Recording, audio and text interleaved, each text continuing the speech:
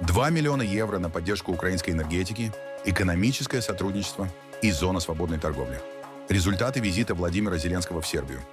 Иран нанес удар по танкеру в Ормузском проливе. А в Вашингтоне убеждают администрацию Дональда Трампа, что дальнейшая эскалация может обернуться для США серьезными последствиями. В Колумбии президентом стал сторонник Дональда Трампа. Адвокат, который никогда не занимал выборных должностей. На улице уже вышли его противники. В Венгрии удалось стабилизировать энергетическую ситуацию. Снижение температуры и дождей в бассейне реки позволили улучшить энерго- и водоснабжение. А Дональд Трамп требует продолжить строительство нового бального зала, несмотря на решение апелляционного суда о приостановке работ. А теперь об этом подробно и по делу. Это один день. Подпишитесь, поставьте лайк этому видео и оставьте свой комментарий. Заранее спасибо и начинаем.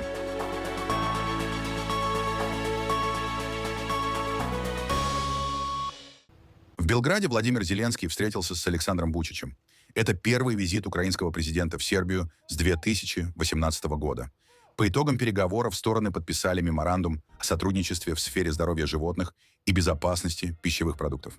Визит Зеленского особенно важен на фоне традиционно тесных отношений Сербии с Россией. Белград не присоединился к западным санкциям против Москвы и по-прежнему зависит от российских энергоресурсов. При этом в последние месяцы Александр Вучич все заметнее сближается с Киевом и Евросоюзом. На совместной пресс-конференции Вучич заявил, что Сербия поддерживает территориальную целостность Украины без каких-либо оговорок. В свою очередь, Киев сохраняет такую же позицию в отношении Сербии и не признает независимость Косово.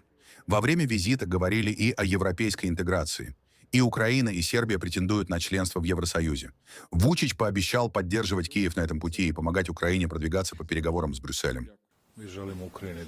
Мы хотим, чтобы Украина как можно скорее открыла все переговорные кластеры и как можно скорее их закрыла, поскольку этого желают украинский народ и украинское руководство. Что касается нас, у нас не было и не будет никаких проблем с этим в будущем. Напротив, все, что мы можем сделать, чтобы помочь Украине на ее европейском пути, мы будем делать.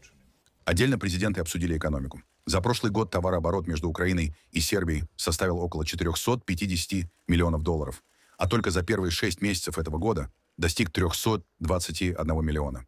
Белград закупает в Украине, в частности, железную руду. Стороны хотят расширить сотрудничество в сельском хозяйстве, энергетике и инфраструктуре. Киев и Белград также продолжают переговоры о зоне свободной торговли. Владимир Зеленский рассчитывает подготовить соглашение к концу 2026 года. Важнейшая статья импорта – железная руда из Украины. И я считаю, что сотрудничество в сфере сельского хозяйства, а также в других сферах, в том числе энергетики, может значительно увеличить товарооборот. Мы обсудили инфраструктурные проекты, привлечение украинских компаний на территорию Сербии. Я считаю, что в будущем мы можем получить серьезные и хорошие результаты. Нашим командам нужно хорошо поработать, чтобы ускорить заключение соглашения о зоне свободной торговли между Украиной и Сербией. Эти переговоры продвигаются, и это позитивно. Было бы хорошо до конца этого года подготовить все необходимое для заключения соглашения о свободной торговле между Украиной и Сербией. Зеленский, в свою очередь, сообщил о договоренностях с США по ежемесячным поставкам ракет для систем Patriot. На фоне российских ударов по украинской энергетике вопрос усиления ПВО остается одним из главных для Киева. Прежде всего, у кого есть антибаллистические ракеты и системы у производителя? Это прежде всего Соединенные Штаты Америки. Могут ли они помочь? Мы работаем каждый месяц. Будут ли они выделять нам ракеты? Да. У нас есть договоренности. Достаточно ли этих ракет? Нет. Этих ракет в 2026 году стало меньше. Вторая история – это Европа. У кого есть? У немцев есть, у поляков есть. Это те, кто могут серьезно помочь. При этом российские удары продолжают наносить ущерб украинской энергетике и гражданской инфраструктуре. У нас фактически не осталось неповрежденных электростанций. Многие вокзалы разрушены. Больницы, университеты, обычные гражданские предприятия. В условиях такой войны мы ценим и очень благодарны за всю поддержку, которую Украина получает от других стран, от других народов. Мы благодарны за то, что Сербия предоставит Украине новый пакет гуманитарной помощи, в частности в сфере медицины и энергетики. Для нас это очень важно. Вучич также заявил, что в будущем Украина и Сербия смогут вместе выходить на рынки третьих стран, в частности, в Африке и Азии. Позже Владимир Зеленский встретился с премьер-министром Сербии Джуром Ацутом. Во время переговоров договорились, что Сербия выделит Украине 2 миллиона евро на поддержку энергетики. Стороны также обсудили подготовку к зиме, развитие Дунайского коридора и совместные экономические и логистические проекты. Ночь для Киева снова прошла под ударами баллистики. Россия выпустила по столице 6 баллистических ракет, сообщил президент Украины Владимир Зеленский. В Киеве погиб 1 человек, еще 4 получили ранения. 2 человека пострадали в одном из столичных районов, где загорелись гаражи и нежилое здание. Общая площадь пожаров составила около 1000 квадратных метров. Еще один пожар возник на территории предприятия в другом киевском районе. К утру спасатели ликвидировали возгорание в столице. К работам привлекли более 70 спасателей и 17 единиц техники. Удар пришелся не только по украинской столице. В селе Пуховка под Киевом российские беспилотники попали в частный двухэтажный дом. Погибли 3 человека, среди них 4-летний ребенок. Еще 3 пострадали. Всего ночью Россия атаковала Украину 6 ракетами и 150 одним беспилотником. По данным воздушных сил, 135 дронов были сбиты или подавлены. Украина договорилась с США не наносить удары по некоторым нефтяным танкерам и объектам в Черном море, связанным с экспортом казахстанской нефти. Об этом сообщает Bloomberg со ссылкой на американского чиновника. Речь об инфраструктуре Каспийского трубопроводного консорциума возле Новороссийска. Через этот терминал Казахстан отправляет нефть на мировой рынок. Около 2% мировых поставок. После серии украинских атак танкеры начали избегать терминала, а экспорт сократился. Теперь Киев не будет атаковать иностранные суда, если они не перевозят российские грузы, не находятся под украинскими санкциями и не принадлежат российским компаниям или гражданам. Украина также создала специальные контакты для судовладельцев, чтобы они могли сообщать о маршрутах и обеспечивать безопасный проход. Из-за риска атак резко подорожала и перевозка нефти. 7 августа аренда танкера для доставки нефти из Новороссийска в Средиземное море стоила более $400 тысяч в сутки. И это рекорд. Иран заявил, что переговоры с Оманом не означают автоматического открытия Ормузского пролива. Решение о возобновлении судоходства Тегеран будет принимать отдельно, на собственных условиях и с учетом позиции США. По словам представителя корпуса стражи Исламской революции Хосейна Махеби, именно готовность Вашингтона принять условия Ирана станет одним из ключевых факторов для открытия пролива. Открытие Ормузского пролива происходит по собственному механизму и никоим образом не связано с переговорами между Ираном и Оманом. То, будет ли вновь открыт Ормузский пролив, зависит от условий, при которых Исламская республика примет решение его открыть. А это, в свою очередь, зависит от того, в какой степени Соединенные Штаты согласятся с условиями, выдвинутыми Исламской республикой Иран. Накануне американский чиновник сообщил о прогрессе на переговорах Ирана и Омана и возможности скорого восстановления судоходства. Глава МИД Ирана Аббас Аракчи также заявил, что стороны близки к соглашению о маршруте для судов через Ормузский пролив, через который проходит значительная часть мировых поставок нефти. Тем временем стало известно, что Иран нанес удар по танкеру из ОАЭ. Судно нефтегазовой компании «Аднок» из Абу-Даби подверглось ракетной атаке со стороны Ирана при прохождении через Ормузский пролив, сообщают власти ОАЭ. Степень тяжести повреждений не сообщается. В США все активнее ищут выход из войны с Ираном. Глава Объединенного комитета начальников штабов генерал Дэн Кейн, по данным CNN, уже несколько недель убеждает других высокопоставленных чиновников, что дальнейшая эскалация может обернуться для Вашингтона серьезными последствиями. Кейн обсуждал ситуацию с вице-президентом Джей Ди Венсом, госсекретарем Марко Рубио и директором ЦРУ Джоном Рэдклиффом. По данным источников, генерал считает, что одних авиаударов недостаточно для достижения целей Дональда Трампа, а запасы американских боеприпасов продолжают сокращаться. При этом Кейн подчеркивает, если Трамп отдаст приказ об усилении операции, американские военные способны нанести Ирану огромный ущерб. Но новые удары по энергетической инфраструктуре могут спровоцировать ответные атаки Ирана по объектам стран Персидского залива. Поэтому в Вашингтоне ищут так называемый «выход из войны», вариант, который позволил бы Трампу заявить о победе и одновременно перейти к дипломатии. Одним из первых шагов может стать договоренность об открытии Ормузского пролива. На этом фоне против продолжения войны выступают и демократы. 11 сенаторов-демократов внесли в Конгресс проект резолюции с требованием немедленно прекратить конфликт. Они указывают на погибших американцев, рост цен на топливо и удобрения и сокращение запасов вооружений. При этом в администрации Трампа пока не говорят о полном прекращении операции. По данным CNN, Пентагон продолжает рассматривать военные варианты, однако наземную операцию в Иране, которая могла бы привести к тысячам погибших американских военнослужащих, сейчас никто публично не предлагает. Сенат США утвердил Тодда Бланша генеральным прокурором страны с минимальным перевесом. За его назначение проголосовали 50 сенаторов против 49. Двое республиканцев выступили против своего однопартийца. Для Бланша это завершение многонедельного противостояния вокруг его назначения. С апреля он руководил Министерством юстиции как исполняющий обязанности генерального прокурора, а теперь официально возглавит ведомство. Бланш – давний адвокат Дональда Трампа. Он представлял президента во время уголовного дела в Нью-Йорке и после прихода Трампа к власти стал его заместителем в Министерстве юстиции.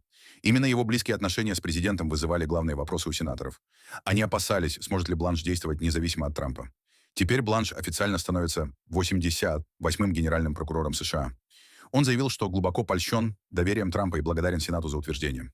Для меня большая честь пользоваться доверием и поддержкой президента Трампа, который поручил мне возглавить Министерство юстиции в должности 88-го генерального прокурора нашей великой страны. Благодарю Сенат за то, что его члены задержались допоздна, чтобы завершить эту процедуру. Сотрудникам Министерства юстиции, которые каждый день добросовестно служат государству, спасибо за вашу работу по обеспечению соблюдения закона и безопасности нашей страны. Да благословит Бог Америку. В Пакистане тысячи людей вышли на улицы против нового топливного сбора. Акции прошли сразу в нескольких крупных городах – Карачи, Лахоре и Исламабаде. Протестующие на мотоциклах и пешком перекрывали дороги и скандировали: «Мы не принимаем этот сбор». Акции организовала религиозно-политическая партия Джамаат и Ислами. В Лахоре ее лидер Хафиз Наим Ур-Рахман сел прямо на проезжей части вместе с протестующими и потребовал от премьер-министра Шахбаза Шарифа отменить сбор. Это правительство, предыдущее правительство и то, что было до него. Все они участвуют в одной и той же схеме. Именно поэтому этот сбор неприемлем ни при каких обстоятельствах.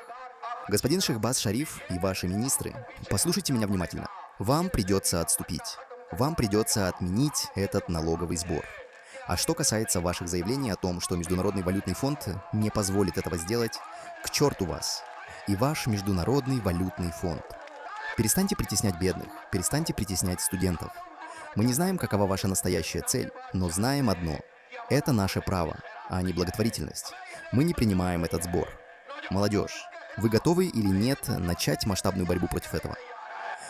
Речь идет о нефтяном сборе, фиксированном платеже с каждого литра бензина. Сейчас это 64,14 пакистанской рупии, около 23 центов за литр. Протестующие требуют отменить сбор и обвиняют правительство Шахбаза Шарифа в том, что оно перекладывает экономические проблемы на население. Лидер партии Джамаат и Ислами заявил, что акции будут расширяться. Следующим этапом могут стать перекрытие основных автомагистралей от Карачи до Читрала. Проезд обещают оставить только машинам скорой помощи и экстренным службам. Для Пакистана это уже не просто спор о цене топлива. Протесты грозят парализовать движение между крупнейшими городами страны. В Кали официально вступил в должность новый президент Колумбии. 48-летний Абелардо де ла Эсприелья. На церемонию в университете Сантьяго-де-Кали он приехал вместе с женой и детьми. И это впервые в современной истории страны церемонию провели не в столице богатей, а за ее пределами. На инаугурацию прибыли сразу несколько лидеров Латинской Америки. Президенты Аргентины Хавьер Милей, Эквадора Даниэль Нобоа, Чили Хосе Антонио Каст, Панамы Хосе Рауль Мулино. Среди гостей был и король Испании Филипп VI. Рядом с новым президентом оказались и бывшие главы Колумбии Иван Дуке и Альваро Урибье. Доктор Абелардо де ла Эсприелья, призывая защиту Бога, клянетесь ли вы перед этим органом, представляющим народ Колумбии, добросовестно и преданно исполнять обязанности, возложенные на вас должностью президента Республики Колумбия в соответствии с политической конституцией и законами? Клянусь Богом и обещаю народу добросовестно соблюдать Конституцию и законы Колумбии. Если вы будете исполнять эту клятву, пусть Бог и народ вознаградят вас. Если нет, пусть Бог и народ призовут вас к ответу. Поздравляю, господин президент. Стойко служить Родине. Де ла Эсприелья для Колумбии. Он необычный президент. До прихода в политику он был адвокатом и никогда не занимал выборных должностей. Теперь он обещает резко сократить государственный аппарат. Примерно на 40%, усилить борьбу с вооруженными группировками и вернуть стране сильный нефтегазовый сектор. Но главное послание прозвучало уже после присяги. На базе батальона Пичинча в Кали, перед военнослужащими. Новый президент пообещал, что в Колумбии не останется места, где преступники смогут чувствовать себя в безопасности. И в правительстве Тигра будут соблюдаться все демократические нормы. Не будет места маневрам, которые угрожают стабильности страны или законному осуществлению мандата, начинающегося сегодня. На нашей территории не останется ни одного места, где преступники могли бы чувствовать себя в безопасности. Я разделяю слова Уинстона Черчилля. Победа любой ценой. Победа, несмотря на террор. Победа, каким бы долгим и трудным ни был путь. Потому что без победы не может быть выживания. Отдельно он объявил войну плантациям коки. Де ла Эсприелья заявил, что намерен окончательно искоренить незаконные посевы и вернуть распыление гербицидов с воздуха. При этом президент пообещал использовать препараты, которые, по его словам, не нанесут вреда людям и окружающей среде. Кока принесла гибель, коррупцию и разрушение, уничтожила наши джунгли, вынудила крестьян покинуть свои дома и стала топливом для преступности и терроризма. Пришло время окончательно искоренить бедствие, связанное с незаконными посевами. И еще один принципиальный пункт. Де ла Эсприелья заявил, что не позволит созвать Конституционную ассамблею для изменения государственного устройства или продления полномочий власти. При моем правительстве не будет создано никаких предпосылок для созыва учредительного собрания, в какой бы форме оно ни проводилось. Я не верю в собрания, которые созываются для изменения основ республики, продления пребывания у власти или переделки государственных институтов по прихоти тех, кто ими управляет. Новый президент делает ставку и на Вашингтон. Де ла Эсприелья считается союзником Дональда Трампа, а США готовят для Колумбии $1 миллиард помощи в сфере безопасности. Эти деньги должны поддержать борьбу с вооруженными группировками и незаконными посевами коки. В Колумбии в первый день президентства Абелардо де ла Эсприельи на улице вышли его противники. В Барранкилье сторонники бывшего президента Густаво Петро собрались на митинг в поддержку оппозиционного политика Ивана Сепеды. Они размахивали флагами, танцевали и скандировали лозунги в поддержку Пьетро и Сепеды. Сам Сепеда обрушился с критикой на нового президента. Он заявил, что де ла Эсприелья будет отстаивать интересы США, а не Колумбии. Оппозиционер объявил о создании Кабинета жизни, команды, которая будет публично оспаривать решение нового правительства, и призвал к организованным акциям протеста. Между этой обязанностью и высшим долгом, с безоговорочной преданностью представлять суверенитет и интересы народа и Республики Колумбия, существует непримиримое противоречие. Абелардо де ла Эсприелья будет не главой государства Колумбия, а агентом, действующим в интересах Соединенных Штатов. И это должно быть совершенно ясно. Мы создадим кабинет ради жизни, который с участием нынешних министров позволит нам аргументированно оспаривать политику правительства де ла Эсприельи. Мы не будем отвечать на ненависть ненавистью, а на авторитаризм насилием. Мы ответим организованной и осознанной силой народа. Как сказал наш коллега Густаво Петро, мы будем мобилизоваться, но если появится такая возможность, будем готовы к диалогу и достижению национального соглашения.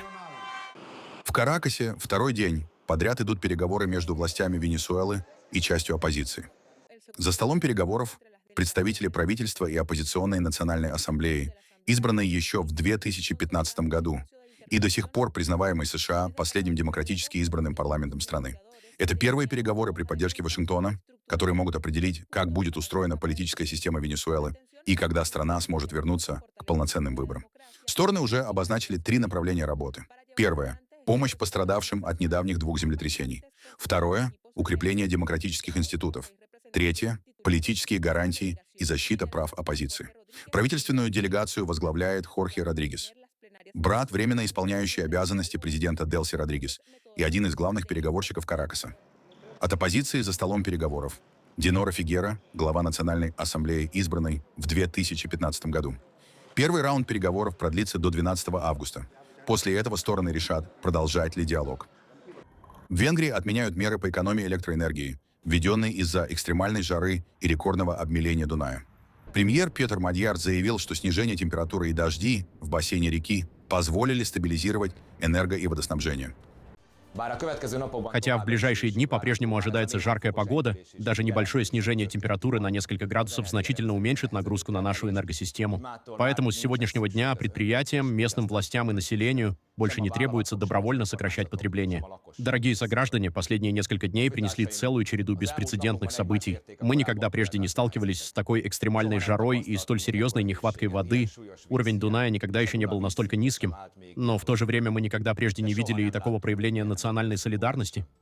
Там ситуация на АЭС Пакш остается сложной. Станция работает примерно на 10% мощности. В ближайшие дни уровень Дуная может подняться еще примерно на 20 сантиметров. Однако власти ожидают, что улучшение будет временным. Правительство готовит дополнительные решения на случай, если критически низкий уровень воды сохранится.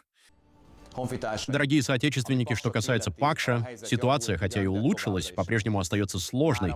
Сейчас уровень воды на 13 сантиметров выше, чем в воскресенье, а в ближайшие несколько дней ожидается его повышение еще примерно на 20 сантиметров. Однако, поскольку начиная с завтрашнего дня в течение длительного времени новых осадков не ожидается, этот подъем, вероятно, будет временным. Уже со следующей недели нам снова придется считать каждый сантиметр. Мы постоянно следим за работой атомной электростанции. Единственная работающая турбина стабильно вырабатывает электроэнергию. На вчерашнем заседании оперативного штаба я поручил разработать различные временные решения на случай, если беспрецедентно низкий уровень воды у Пакша станет постоянной проблемой. В США разгорелся спор вокруг масштабной перестройки Белого дома. Дональд Трамп требует продолжить строительство нового бального зала стоимостью около $400 миллионов и намерен оспорить решение суда в Верховном суде. Апелляционный суд постановил приостановить строительство. Администрация Трампа уже снесла восточное крыло Белого дома и начала возводить на его месте зал площадью более 8 тысяч квадратных метров. Судебный спор возник после того, как администрация начала строительство без предварительного разрешения Конгресса. Суд поставил под сомнение право президента самостоятельно проводить такие масштабные изменения комплекса Белого дома. Трамп утверждает, что это не просто бальный зал, а часть защищенного военного комплекса. По его словам, там будут бомбоубежища, медицинский центр, защищенные помещения для секретной службы, военные объекты и усиленные конструкции. На крыше президент также планирует разместить площадку для беспилотников. Трамп назвал решение суда национальным позором и заявил, что оно угрожает безопасности США. Президент утверждает, что значительная часть работ уже выполнена и оплачена частными средствами. Два судьи. Один назначен Бараком Хусейном Обамой, другой — сонным Джо Байденом. В своем решении по поводу крайне необходимого защищенного бального зала военного комплекса, включая крупный дронопорт на крыше, заявили: каждый президент — временный арендатор Белого дома. Мы не арендаторы, которые платят за жилье и обязаны выполнять все прочие требования, предъявляемые к арендаторам. Мы — президенты, избранные народом Соединенных Штатов Америки, и у нас есть множество прав, включая право ремонтировать, реконструировать, обеспечивать безопасность, защищать и благоустраивать территорию Белого дома, который с 1792 года многократно строился и перестраивался, реконструировался и обновлялся, ремонтировался и, попросту, становился лучше. И при этом никогда не требовалось разрешения Конгресса или кого-либо еще на проведение таких работ. Это решение, вынесенное после того, как значительная часть работ уже выполнена и оплачена, представляет собой угрозу национальной безопасности самого высокого уровня. Это также национальный позор. Сделаем Америку снова великой. Президент Дональд Трамп. Теперь Белый дом намерен обратиться в Верховный суд. Апелляционный суд приостановил действие своего решения на 14 дней, чтобы администрация успела подать жалобу. А пока Трамп показал визуализацию будущей площадки для беспилотников на крыше бального зала. По его словам, она станет частью военного комплекса, который должен защищать Вашингтон и будущих президентов.